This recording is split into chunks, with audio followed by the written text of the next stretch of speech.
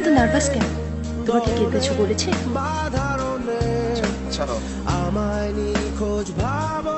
আরে আমার ভাই স্পোর্টসম্যান, ওরা অনেক সাহস, তাই না ভাই? কি হয়েছে? তোর বুক এত জোরে ধরফর করছে কেন? আরে কি হয়েছে? তুই হাত রেখে দেখ।